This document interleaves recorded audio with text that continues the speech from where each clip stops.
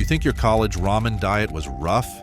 Medieval peasants were literally eating tree bark, animal blood mixed with sawdust, and fermented fish guts, and somehow accidentally created one of the healthiest diets in human history.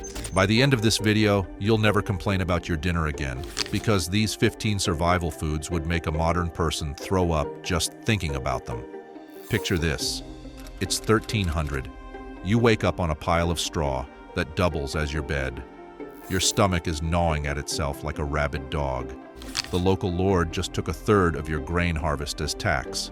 Winter's coming, and your dinner options include tree bark, questionably moldy bread, and if you're really lucky, someone else's bathwater. Welcome to the medieval peasant food pyramid, where edible was more of a suggestion than a requirement. Today we're diving into 15 shocking foods that kept medieval peasants alive when everything else wanted them dead. And trust me, after hearing this list, you'll never complain about airplane food again. But here's the thing that'll really mess with your head. These weren't just desperate survival measures. When times were good, these foods accidentally created some of the healthiest, most sustainable diets in human history. While modern people spend hundreds of dollars on superfoods and organic everything, medieval peasants were eating better than us without even knowing it. They just happened to be doing it while everything around them was trying to murder them on a daily basis. Bread that could kill you. Let's start with something familiar, right? Bread. Except medieval peasant bread wasn't the fluffy wonder you're thinking of. This wasn't Wonder Bread. This was wondering if I'll survive. This bread. Most of the time, peasant bread was made from dark rye or barley flour. Wheat was for the wealthy. But when harvest failed or grain stores ran low, you'd stretch your precious flour with whatever you could grind into powder that wouldn't immediately poison you. During famines and crop failures, you'd make bread that was part grain and part creative fillers. What kind of creative fillers? Ground acorns, beans, peas, and yes, sometimes even sawdust from trees. This wasn't everyday baking. This was survival chemistry. The process was an art form of desperation. You'd take whatever grain you had and stretch it with alternatives. Ground acorns were popular because oak trees were everywhere and acorns were free. The problem? Acorns are loaded with bitter tannins, so you'd have to leach them first, soaking them for days to remove the bitterness. This wasn't casual cooking. This was food science born from necessity. But here's where it gets dangerous. Sometimes the grain got infected with ergot, a fungus that could turn your daily bread into a medieval nightmare. Ergot poisoning, known as holy fire or St. Anthony's fire, caused hallucinations, convulsions, and in severe cases, gangrene that could cause limbs to literally rot off. Ergot outbreaks were periodic disasters that could affect entire communities. When they occurred, whole villages might experience mass hallucinations and illness. Fortunately, these outbreaks weren't constant, but when they happened, they were devastating. Plot twist: even knowing the risks, you'd still eat questionable grain, because the alternative was starving. And when times got really desperate, you'd make true famine bread, a survival mixture of ground acorns, tree bark flour, and whatever else you could process. Different regions had their own crisis recipes.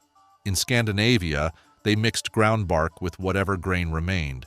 In Germany, they added processed pine inner bark. In France, they combined acorn flour with any available grains. The texture was challenging, to put it mildly.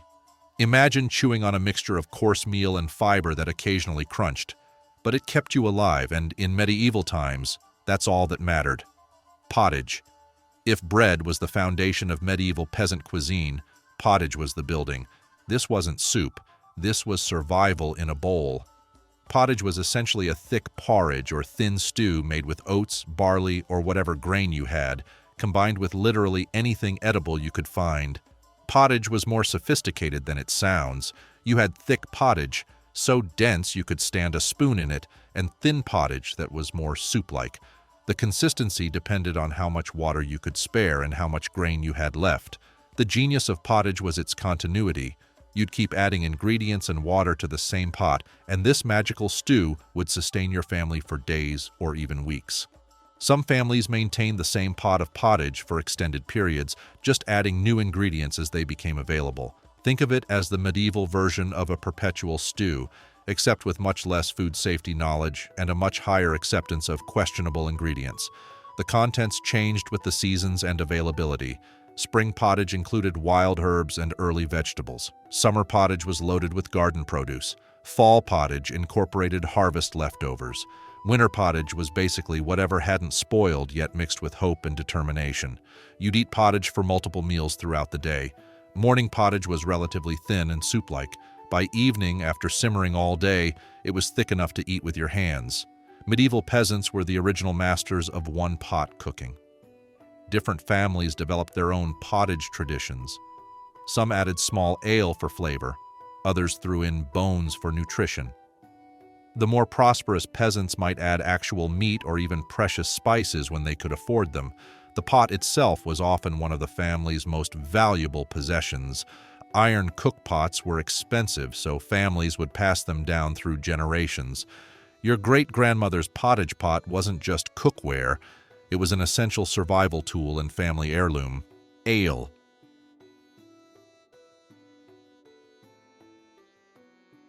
Here's something that'll surprise you.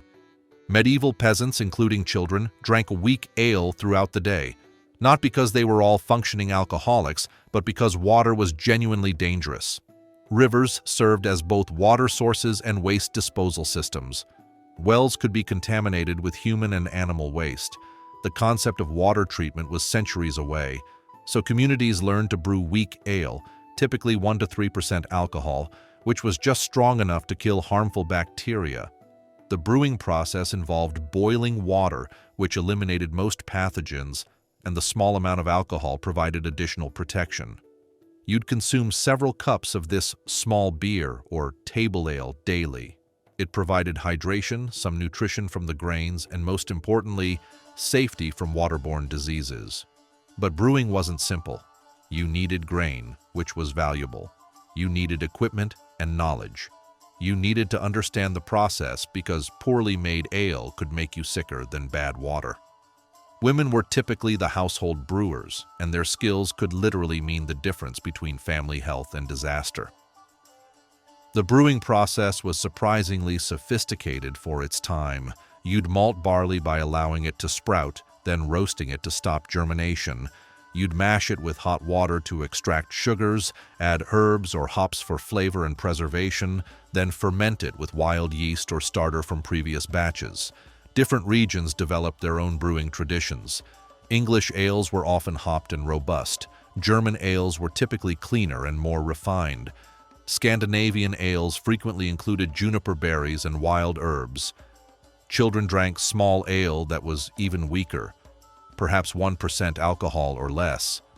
It was essentially fermented barley water that was safe to drink when clean water wasn't available.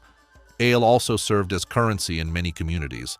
You could trade ale for goods, pay some taxes with it, or use it to settle debts. A skilled brewer was incredibly valuable to have in the family. Blood pudding. When you slaughtered an animal, which might happen only once or twice a year if you were fortunate, you used absolutely everything. And I mean everything. Blood pudding was your method of ensuring not a single drop of that precious animal went to waste. You'd collect the blood while it was still warm, quickly mix it with oatmeal or barley to prevent coagulation, season it with available herbs, stuff it into cleaned intestines, and cook it thoroughly. The process required speed and skill. Blood clots rapidly, so you had to work efficiently. You'd add salt to slow coagulation, mix in grain filler for substance, add onions if available, and include herbs like thyme or sage when possible. The result was a protein-rich sausage that provided essential nutrition during the lean winter months. While the taste was distinctive, metallic from the iron content, it was incredibly nutritious and could help prevent anemia. Different regions developed their own blood sausage traditions. The English made black pudding with pig's blood and oats. Germans created blutwurst with rice and spices. Scandinavians made blood pancakes by cooking the mixture flat instead of in casings. Blood pudding was actually considered special occasion food. You'd save it for holidays or important events. The fact that coagulated animal blood mixed with grain was considered a treat tells you everything about medieval food scarcity. Nutritionally, blood pudding was exceptional. blood is packed with iron, protein, and B vitamins. Medieval peasants were inadvertently consuming one of the most nutrient-dense foods possible. You'd slice it and fry it, crumble it into pottage, or eat it preserved. It kept relatively well in cool weather and could last for weeks when properly prepared. Any blood that didn't make it into sausages would be cooked into blood soup, blood pancakes, or added directly to pottage for extra protein and iron. Nothing was wasted when animal protein was so precious. Birds and their brains. When medieval peasants talked about eating fowl, they weren't necessarily referring to chickens. They meant literally any bird they could catch. Sparrows, crows, pigeons, and yes, occasionally more exotic birds like peacocks if they happened upon them. When you managed to catch any bird, you ate the entire creature, brain included. This wasn't about luxury or delicacy, it was about maximizing every calorie and nutrient from whatever protein you could obtain. The brain was actually one of the most nutritious parts, high in fat, protein, and essential fatty acids that medieval diets often lacked. You'd crack open the skull carefully and extract the contents with whatever tools you had. Catching small birds required ingenuity and persistence. You'd set traps from bent twigs and cordage, throw stones with practiced accuracy, or use nets when available. Medieval peasants became expert at reading bird behavior because their protein intake often depended on it. Different birds required different strategies. Pigeons could be trapped but were difficult to catch by hand. Sparrows were quick but numerous. Crows were intelligent but could sometimes be outsmarted. You developed specialized knowledge because your dinner depended on it. The entire bird was utilized. You'd eat the meat, organs, and brain. The feet went into the pot for their collagen content. Feathers were saved for insulation and bedding. Even tiny bones might be ground up for calcium. Even the smallest birds were worth catching. A wren might not seem like much meat, but when you're surviving on limited resources, every bit of protein matters. You'd roast small birds whole and consume them completely. Turnips. Before potatoes arrived from the New World, turnips were your primary starchy survival vegetable. These weren't the small, tender turnips you might see today. Medieval turnips were large, woody, and often quite bitter. Turnips were grown because they were incredibly hardy. They grew in poor soil, survived harsh weather, and could be stored through winter without special preservation. They were essentially the cockroaches of the vegetable kingdom, nearly indestructible. The storage process was crucial for winter survival. You'd dig root cellars, essentially holes in the ground lined with stones, where turnips could be layered with straw and covered with earth. Properly stored turnips could last months without spoiling. The major problem was taste. Turnips were often bitter, woody, and generally unpleasant. But you'd eat them raw when necessary, cooked when possible, or preserved through fermentation. You'd prepare turnips in various ways to make them more palatable. Mashing them and mixing with grain helped. Slicing them thin and drying them created winter stores. Fermenting them into a type of sauerkraut actually improved both flavor and nutrition. Different turnip varieties served different purposes. Some were better for long-term storage. Others were more palatable for immediate consumption. Some grew better in specific soil types. Medieval peasants became experts on turnip cultivation because their winter survival often depended on it. The leaves were often more nutritious than the roots. Turnip greens are loaded with vitamins and minerals. You'd eat them fresh during growing season and preserve them for winter use when possible. When potatoes finally arrived from the Americas, it revolutionized European peasant diets. Imagine eating bitter, fibrous turnips your entire life, then discovering the creamy, mild flavor of potatoes. It must have seemed miraculous. Nettle soup. Stinging nettles, those plants that seem to attack you just for existing near them, were actually medieval superfoods. They're incredibly high in iron, vitamins, and protein. The challenge was harvesting them without getting repeatedly stung.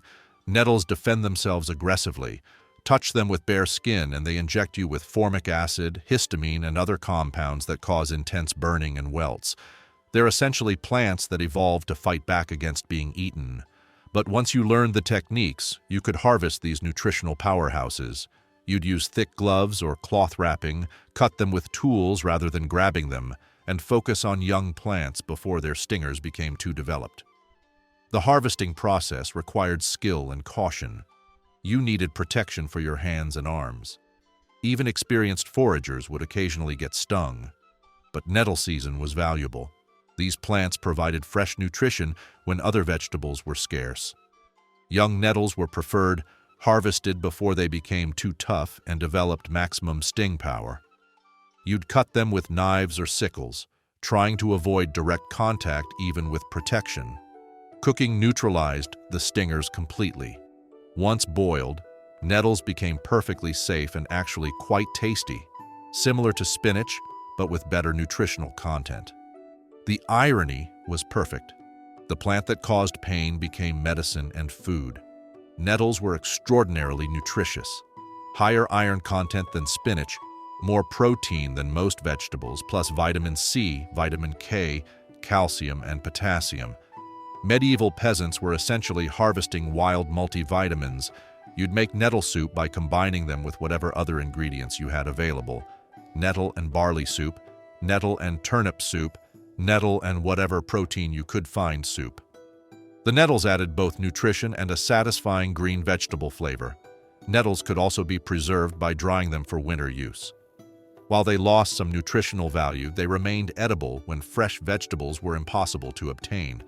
Some regions also used nettles for textile production. The fibers could be processed into cloth. Nettle linen was surprisingly durable and soft. The same plant that stung you could also clothe you. Cheese made in stomach. Lining medieval cheesemaking was less artisanal craft and more desperate attempt to preserve milk before it spoils and kills everyone. You'd take milk from cows, goats, or sheep. If you were fortunate enough to have access to dairy animals, add rennet made from calf stomach lining and hope the resulting cheese developed beneficial molds rather than deadly ones. The process started with obtaining milk, which wasn't guaranteed. Most peasants didn't own dairy animals. They might share community animals or work for those who did. Fresh milk was precious and spoiled quickly without refrigeration. Once you had milk, time was critical. In warm weather, milk could spoil within hours. You had a narrow window to transform it into something that would keep longer and provide nutrition through lean times. Rennet came from the stomach lining of young calves.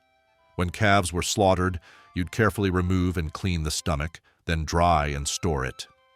A small piece of dried rennet could curdle a substantial amount of milk. The cheese-making process required skill. You'd warm the milk carefully. Too hot, and it would curdle incorrectly. Too cool, and it wouldn't set properly. Add the rennet, wait for curds to form, then separate curds from whey. The whey wasn't wasted. You'd drink it fresh, feed it to pigs, or use it in bread making. Every component of the milk was valuable. Medieval cheese was typically hard, salty, and often aged in caves or buried underground for months. The aging process was unpredictable. Sometimes you'd get delicious, well-aged cheese. Sometimes you'd get moldy disasters that could poison the family. Learning to distinguish beneficial molds from dangerous ones was literally a life-or-death skill. Good cheese molds enhanced flavor and preservation. Bad molds could cause serious illness or death. Different regions developed their own cheese-making traditions based on available milk, local conditions, and cultural knowledge passed down through generations. Some used sheep milk, others goat or cow milk. Some added herbs for flavor and preservation. This cheese provided essential calories, protein, and fats that could sustain families through winter months. While modern cheese focuses on pleasure, medieval cheese was primarily about survival nutrition. Hard cheese could last for months without spoiling, making it incredibly valuable for food security. You could trade cheese, use it to pay obligations, or save it for times when fresh food was unavailable. Pickled everything. Medieval peasants were masters of pickling out of absolute necessity. Without refrigeration, everything had to be preserved quickly, or it would spoil and potentially kill you. Cabbage became sauerkraut. Turnips became pickled turnips. Fish became pickled fish. Basically, if it could be pickled, you pickled it. Your diet was significantly vinegar-based by necessity. The pickling process started with making vinegar, which required letting ale or wine ferment further until it became acidic. Failed brewing attempts that had gone sour were perfect for creating pickling solutions. Sauerkraut was the champion of pickled vegetables. You'd shred cabbage, pack it with salt in crocks or barrels, and let it ferment for weeks or months. The result was tangy, preserved cabbage that could last through winter and actually provided better nutrition than fresh cabbage. The fermentation process was essentially magic to medieval people, though they didn't understand the science. Beneficial bacteria converted cabbage sugars into lactic acid, which preserved the cabbage and created probiotics that supported digestive health. But sauerkraut wasn't the only pickled vegetable. Turnips, onions, beets, carrots, beans, anything from the garden could be preserved in salt and vinegar solutions. The beauty of pickling was that it often improved nutrition. Sauerkraut contains more vitamin C than fresh cabbage. Medieval peasants accidentally discovered one of the most effective methods for preventing scurvy. Pickled fish was another preservation staple. Herring was abundant and inexpensive, so you'd pack it in salt and vinegar to preserve protein for months. The result was intensely salty, sour fish that provided essential nutrition when fresh fish wasn't available. You'd consume pickled vegetables throughout winter, getting just enough vitamins to prevent deficiency diseases while surviving on otherwise limited diets. The pickling brine itself was valuable. You could drink it for extra salt and nutrients, use it as soup base, or use it to preserve other foods. Nothing was wasted in medieval food preservation. Different regions developed their own pickling specialties based on local vegetables and preservation traditions. Germans perfected sauerkraut, Scandinavians excelled at pickled fish, Eastern Europeans developed pickled beet and turnip techniques. Bone marrow. When you finally obtained animal bones, perhaps from community butchering trade or finding naturally deceased animals, you'd crack them open and extract the marrow like it was precious treasure. Bone marrow is extraordinarily nutritious, high in fat, protein, vitamins, and minerals. But accessing it required tools, technique, and considerable effort.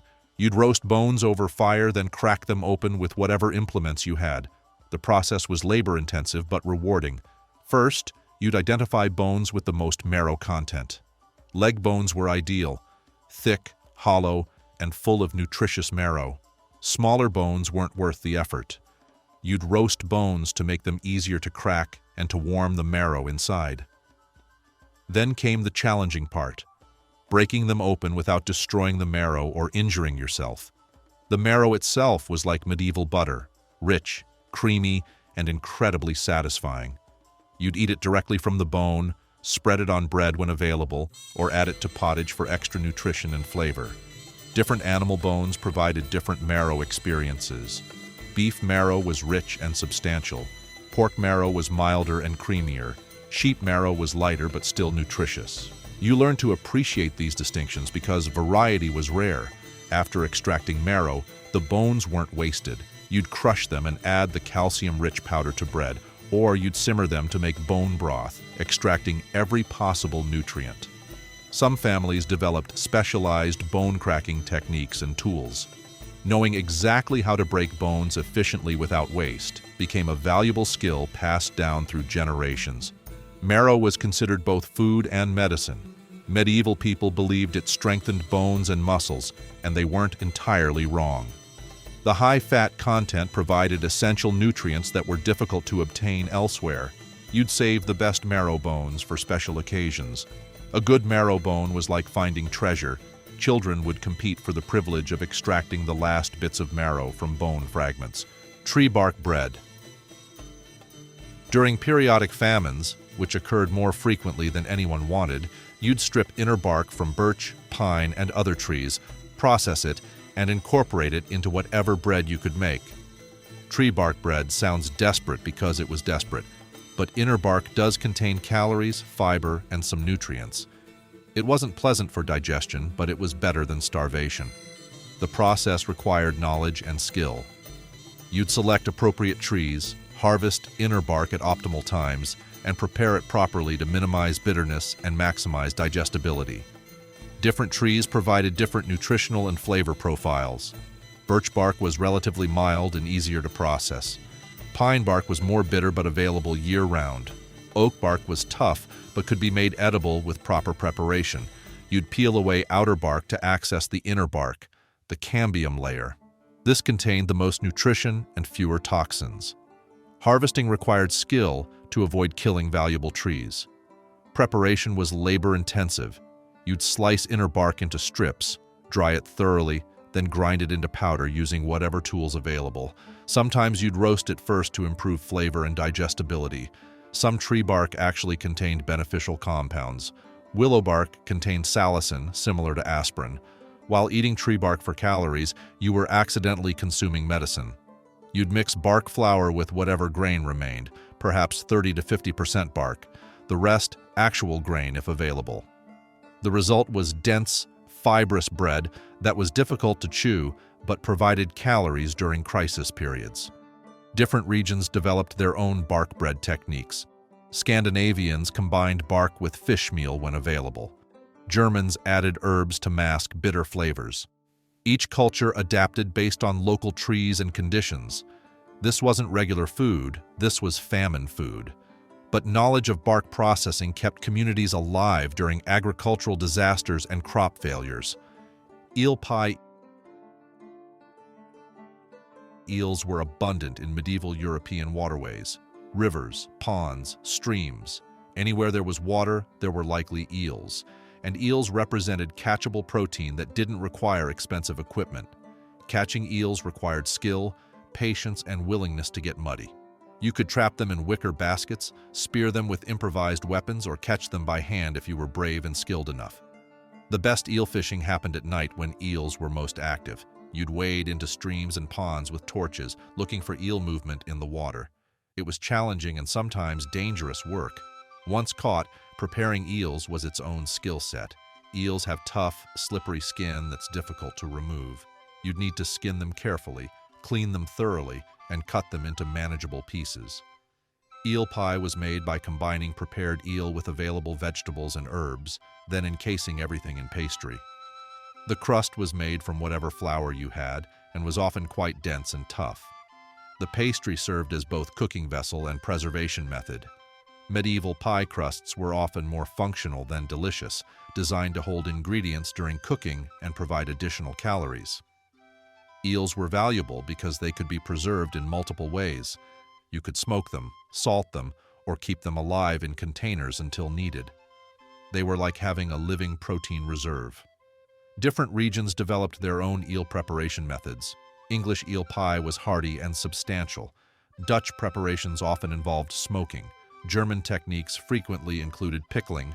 Eel bones in smaller specimens were often eaten along with the meat, providing additional calcium and nutrients. Larger eels would be filleted, but smaller ones were consumed entirely. Modern cuisine considers eel a delicacy, but medieval peasants ate it because it was available, nutritious, and could be caught without expensive equipment or extensive training. Hedgehog. Before modern sensibilities about wildlife, medieval peasants viewed hedgehogs as legitimate protein sources during times when meat was scarce. Hedgehogs were relatively easy to catch.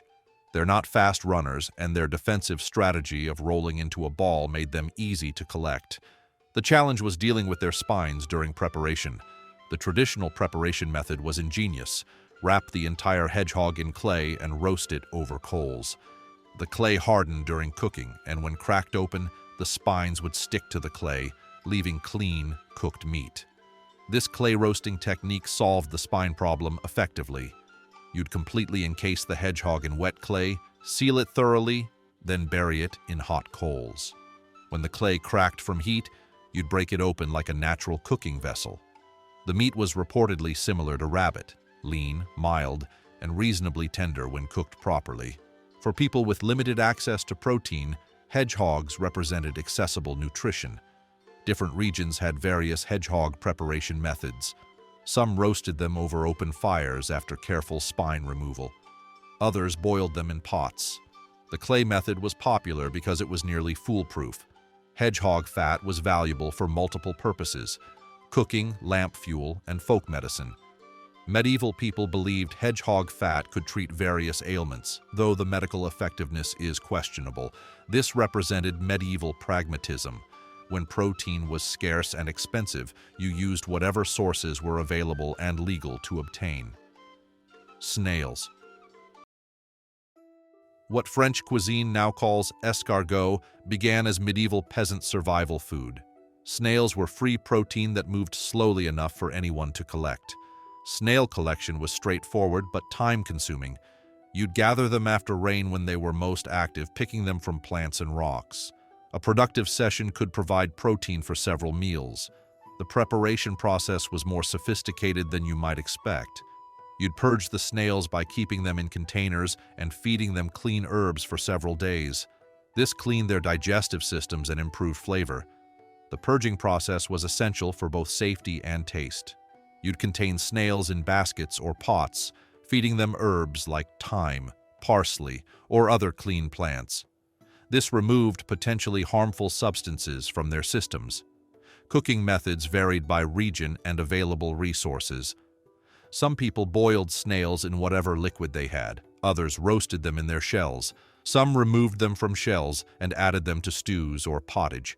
Different snail varieties were available seasonally. Garden snails were common and easy to find. Larger species were prized when available. Even tiny snails were worth collecting if abundant. The shells weren't wasted. You could crush them for calcium-rich powder to add to bread or pottage. Empty shells served as small containers for storing spices or medicines when available. Some families practiced basic snail management, creating conditions that encouraged snails to breed and grow near their homes. It was primitive aquaculture that required minimal resources. Wild plants and famine foods. From weeds to tree bark plants that modern people pay landscapers to eliminate were regular components of medieval peasant diets. And during the worst times, you'd resort to moss, lichen, and even tree bark. The weeds you'd actually eat: dock leaves, dandelions, plantain, wild garlic. These were free vegetables that grew abundantly and provided essential nutrition when cultivated vegetables weren't available. Dock leaves were particularly valuable because they thrived in disturbed, poor soil, exactly the conditions where peasants typically lived. They were hardy, abundant, and available through much of the growing season. Dandelions were like medieval multivitamins. Young leaves made nutritious, if bitter, salad greens. Flowers could be used in various preparations. Roots could be processed into coffee substitutes. Every part had uses. Wild garlic provided crucial flavor enhancement for otherwise bland diets and had antimicrobial properties that supported health. You'd harvest it in spring and preserve it for later use when possible. The desperation foods. During the worst famines and crop failures, you'd harvest moss and lichen from rocks and trees, plus strip inner bark from birch and pine trees to supplement whatever food remained available. Iceland moss contained carbohydrates and could be processed into something resembling flour when mixed with other ingredients. Tree bark required similar processing. You'd strip the inner bark, cambium layer, from birch, pine, and other trees, dry it, and grind it into powder. The preparation process was complex and labor-intensive. These materials often contained bitter compounds that could cause illness if not properly processed. You'd soak them, boil them multiple times, dry them, then grind them into usable form. The flavor of all these foods was generally terrible, bitter, earthy, and strange. But when mixed with other ingredients in pottage or famine bread, they could provide essential calories during the worst food shortages. This knowledge of processing everything from nutritious weeds to emergency tree bark kept communities alive during agricultural disasters and crop failures that occurred periodically throughout the medieval period. Oak trees were like medieval grocery stores that required significant labor to access. Acorns provided carbohydrates and could be processed into nutritious flour, but the preparation was complex and time-consuming. Acorns were abundant in fall and provided substantial calories when processed correctly. The major challenge was removing the bitter tannins that made raw acorns unpalatable and potentially harmful. The processing was labor-intensive but worthwhile. You'd shell the acorns, grind them coarsely, then leach them in running water for days or weeks. You change the water repeatedly until it ran clear, indicating the tannins were removed. Different oak species produced acorns with varying tannin levels. White oak acorns were milder and required less processing time. Red oak acorns were more bitter but often more abundant and worth the extra effort. Once processed, acorn flour could be mixed with grain flour to make bread or used independently when grain wasn't available. It had a pleasant, nutty flavor and provided good nutrition. The work was enormous. Processing enough acorns to significantly supplement winter food stores required weeks of family labor. But acorns were free, abundant, and available when crops failed. You could also eat less bitter acorns with minimal processing or roast them like nuts. Some varieties were mild enough to consume after simple roasting. Acorn storage required protection from moisture and pests. You'd dry them thoroughly and store them in containers that prevented mold and insect damage. The knowledge of acorn processing was passed down through generations and could mean the difference between surviving difficult winters and facing starvation. The bigger picture. Here's what's remarkable about medieval peasant food strategies. They accidentally created some of the most nutritious, sustainable, and diverse diets in human history. They practiced nose-to-tail eating centuries before it became a culinary movement. They fermented foods for preservation and accidentally discovered probiotics. They ate wild plants that were often more nutritious than cultivated vegetables. They preserved food using methods that modern science has proven optimal. They ate seasonally because transportation and preservation options were limited, but seasonal eating is now recognized as environmentally sustainable and nutritionally beneficial. They ate locally because global food systems didn't exist, but local eating is now considered the environmental gold standard. Their diet was incredibly diverse when food was available. Modern people might regularly eat 15 to 20 different foods. Medieval peasants, when including foraged plants, preserved foods, and seasonal variations, might consume 50 to 100 different food sources throughout the year. The fermented foods alone would impress modern nutritionists. Sauerkraut, pickled vegetables, fermented fish sauce, aged cheese. Their gut microbiome was probably more diverse than most modern people's. They consumed organ meats packed with nutrients that many modern people never obtain. Liver provides more concentrated nutrition than almost any other food. Heart is pure muscle protein. Brain contains essential fats that people now take expensive supplements to get. The wild plants they foraged contained phytonutrients and compounds that have been bred out of many modern vegetables. They were consuming functional foods and natural medicines without understanding the science. Their food was organic by default. No synthetic pesticides, artificial preservatives, or genetic modification. Just plants and animals living in natural environments. The preservation methods, smoking, salting, fermenting, drying, not only kept food safe, but often enhanced nutritional value. Fermentation creates vitamins. Smoking adds beneficial compounds. Drying concentrates nutrients.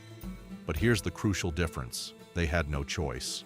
Every food decision was based on survival necessity. There was no recreational eating, no comfort food, no food as entertainment. Food was fuel, medicine, and survival tool combined. The dark reality. This isn't a romanticized story. Medieval peasant food could kill you in numerous ways.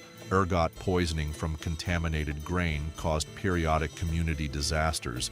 Improperly preserved meat caused botulism. Contaminated water spread cholera and dysentery. You could die from eating the wrong mushroom, drinking spoiled ale, or consuming meat that had gone bad. Food safety was a constant gamble where mistakes could be fatal. Nutritional deficiencies were common despite the diverse diet potential. Scurvy from insufficient vitamin C during long winters, rickets from lack of vitamin D, iron deficiency anemia, goiter from insufficient iodine. Your body was constantly fighting malnutrition. Seasonal food scarcity was normal. The period between stored food depletion and new crop availability, called the hungry gap, occurred annually. People regularly lost weight each spring and regained it in fall if they were fortunate. Food quality varied dramatically with weather, warfare, and disease. Poor harvests meant community-wide hunger. Livestock diseases eliminated dairy and meat sources. Military conflicts destroyed crops and food stores. The psychological stress of food insecurity was constant, always wondering about the next meal, always concerned about making supplies last, always choosing between immediate consumption and future security. Children frequently didn't receive adequate nutrition for proper growth and development. Stunted growth was common. Many people never reached their genetic potential for height and physical development due to chronic malnutrition. Pregnant and nursing women were especially vulnerable. Without adequate nutrition, maternal and infant mortality rates were horrific. Many women died in childbirth partly because their bodies lacked resources to handle the physical stress. The essential skills. Medieval peasants developed crucial skills that most modern people have completely lost. They could identify dozens of edible wild plants and understand optimal harvesting times for maximum nutrition. They could preserve food using only salt, smoke, and natural fermentation processes. They could transform scraps and seemingly inedible materials into nutritious meals. They could stretch small amounts of protein to feed entire families. They understood seasonal food cycles in ways that modern people are rediscovering through farm-to-table movements. They knew which foods provided specific nutrients and how to combine them for maximum benefit.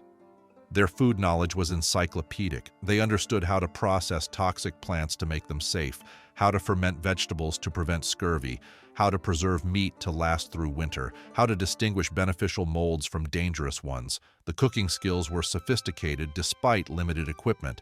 They could manage fires for different cooking techniques. They could judge temperature and doneness without modern tools. They could create complex flavors from simple ingredients.